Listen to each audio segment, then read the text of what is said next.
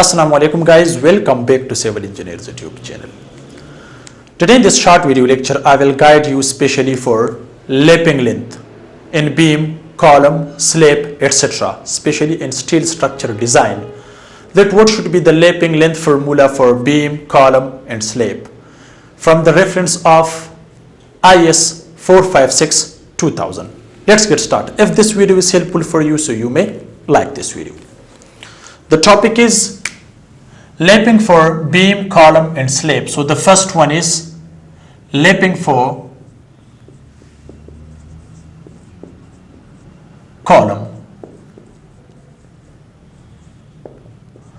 So what is the formula to take lapping length for column? As I told you, the reference is IS Indian Standard Codes 456-2000. Okay, you can find the reference in this reference. Okay, these things. So for compression, because the column is compression member, so therefore you can see guys, this is a column. Okay, here we will provide the lapping like this. Okay, so this is lapping length. So how we can get this length? This one. Okay, so the formula is for lapping length, which is 45D. Remember guys, where D is die of steel rod.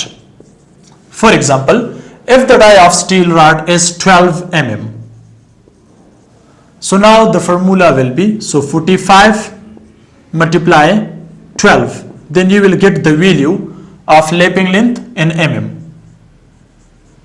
Okay, anything, so that should be lapping length. But for beam, column and slab, the lapping length should not be less than in IS 456-2000. Okay, so lapping length should not be less than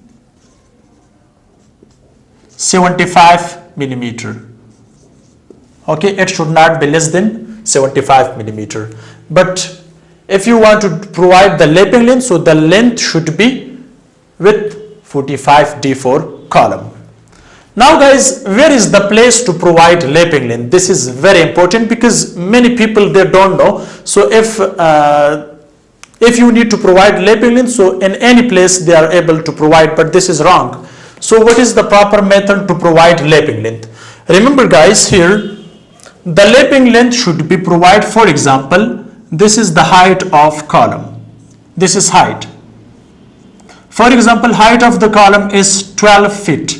For example, so the height should be divided by 4. Okay, for example, if I divide height by 4, for example, 12 divided by 4, so it becomes 3 feet. Okay, so after 3 feet, okay, after 3 feet you are able to provide lapping length. But the lapping length should also not be provided at the bottom and also at the top. But also mid is not the place to provide lapping length. So after 3 feet, as I told you before, h divided by 4, height divided by 4, then you will get the length 3 feet. So after 3 feet, you are able to provide the lapping length with the formula of 45D. So this is the place to provide lapping length.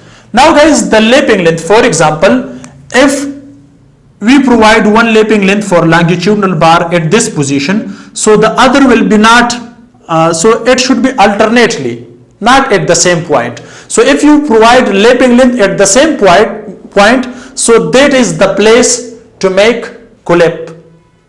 So it will make the column collapse. Okay, so therefore this is very important especially for lapping length. Okay, so it should be provided alternately.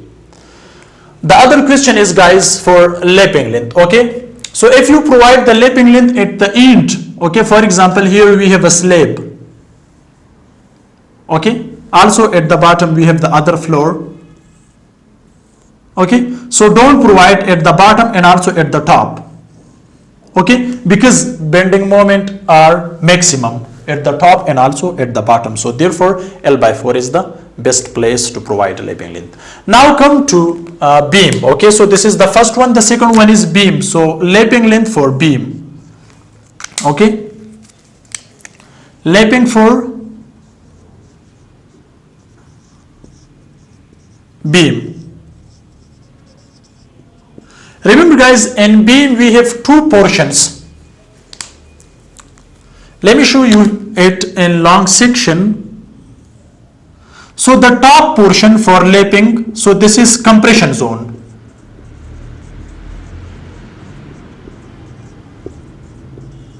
And the bottom is tensile zone or tension zone. Okay, so what should be the lapping length formula for compression zone and for tensile? Because we are not able to use one formula for lapping length, especially for these two. Because as you know, concrete is weak in tension, but it's strong in compression. So in the compression zone, the lapping length should be less than tensile portion. Okay, so therefore, lapping length for compression zone,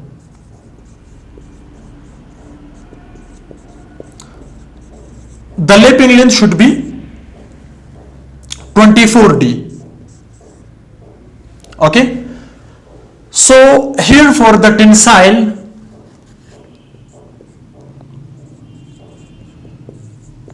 zone or tension zone, you can say. Okay, so here we should provide the lapping with the formula of 50D. As I told you before, D means die of steel rod. For example, if the diameter of the steel rod is 16 mm or 20 mm or 24 mm, anything. Okay, so the D should be die of steel rod in millimeter. Okay, so now, guys, remember, now where is the best place in long section of the beam? For example, for compression. So for the compression zone, the lapping should be provided at the mid. Okay, but here in tension zone, it should not be provided at the mid. Okay, as I told you before, that concrete is weak, not strong in tension zone. Okay, so therefore this is the place which I am showing you in the figure. Guys, you can see these are supports. Okay, for example, this is continuous beam. Okay, so these are supports. So here try to provide lapping length and tension zone at the joint. Okay, so this is the joint, so provide here like this at the bottom. Okay, but at the top portion, for example, we have, this is the section for the beam, right? 2 at the top and 4 steel rods at the bottom. As I told you before, that concrete is weak in tension, so therefore in tension we will use more amount of steel, or we can use maximum steel rods compared to its top portion in compression zone. So therefore the lapping length should be provided at the junction between beam and column. As you can see, this is beam and these two are columns, so therefore it should be provided at the junctions, also at this place. Okay, you can provide the lapping length, but at the top, okay, provide the lapping length at the mid. At this position you can provide a lapping length. So the formula for the compression zone should be 24D, and for the compression it should be 50D. But never forget it one thing, guys. As you can see, this is the length of beam, this is the span. For example, the span is 16 meter. For example, the span is 6 meter. Okay, so if the span is 6 meter, so don't provide the lapping length with the distance of L/4. So let me discuss in detail. So when you do it by L by 4, so 16 by 4, sorry 6 by 4. So here we have 1.5 meter. So here from this place, from the start to end, so this is span, clear span, length of the beam. So therefore, to the distance of L by 4, which is here from the calculation 1.5 meter from this side and 1.5 meter from this side. So don't provide the lapping length at these positions, okay, L by 4 distance, because we have maximum shear stresses at the end of the supports. If you provide cracks, actually shear stresses can provide maximum cracks at the end of the support. So therefore we provide crank off bar or bent up bar, because at this position L by 4 distance we have maximum shear stresses, so there we have negative bending moment, as I told you in many videos before. So therefore at the mid we have positive bending moment. So let me draw a section. For example, you can see this is a beam, this is beam, and these two are columns, okay. So when the load comes on the top of the beam, so the beam will make a shape same like this. Look here. So here we have positive bending moment and here we have negative bending moment. To resist shear stresses, we will provide stirrups closely compared to its mid spacing. Stirrup spacing should be maximum compared to L by 4 distance, because we have negative bending moment. So therefore to resist negative bending moment, the stirrups should be provided closely. At the mid we have bending, actually we don't have shear stresses, zero shear stresses or minimum shear stresses, so therefore we don't need to provide closely the spacing of stirrups, okay. So this is very important for you to know about this. So to resist negative bending moment, okay, our shear stresses are maximum, so here we provide bent up bar. So what is bent up bar? Guys, you can see the steel are bent at this place, also here like this. Guys, you can see clearly. To resist negative bending moment, we should provide bent up bar or crank bar, okay, with the distance of L by 4 as I told you here.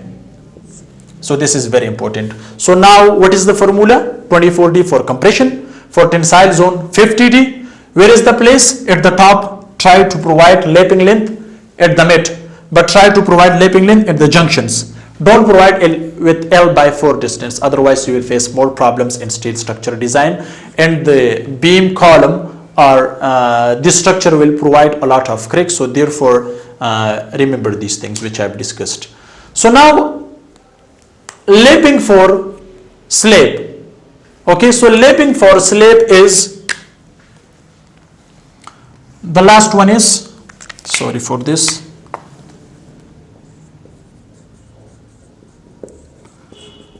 lapping for slab. So the formula is 60D, again where D is die of steel rod, okay. So in slab, where is the place to provide lapping length, okay.